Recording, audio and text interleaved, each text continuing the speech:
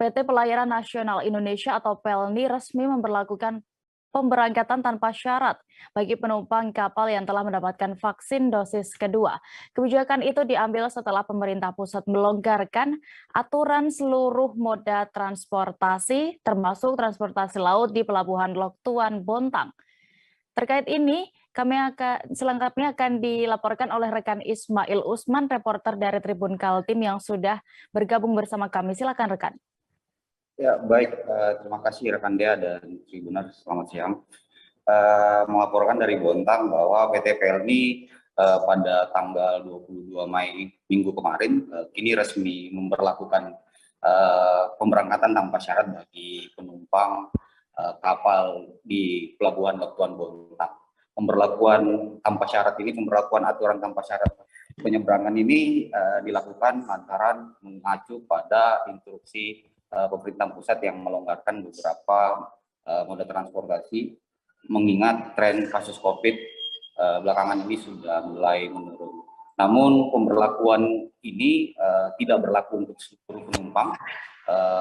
Pemberlakuan tanpa syarat antigen dan PCR ini hanya berlaku bagi penumpang yang mendapat dosis kedua dan booster.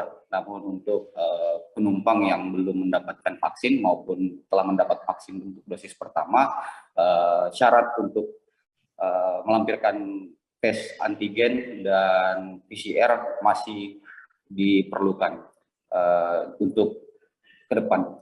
Kemudian koordinator PT PLNI wilayah Samarinda dan Bontang, Syarif, menuturkan bahwa selama pemberlakuan tanpa syarat ini, tren pembelian tiket meningkat tajam untuk pemberangkatan 3 jadwal pekan ini. Disampaikan untuk penjualan tiket untuk 3 pemberangkatan di pekan ini sudah mencapai 70%. Tren ini meningkat setelah aturan ini diberlakukan, mengingat banyak masyarakat yang sebelumnya telah menunda perjalanan karena pemberlakuan syarat antigen dan PCR ini dianggap menelan biaya tambahan untuk pemberangkatan jalur laut dari rute Bontang menuju Awara. Terima kasih sudah nonton. Jangan lupa like, subscribe, dan share ya.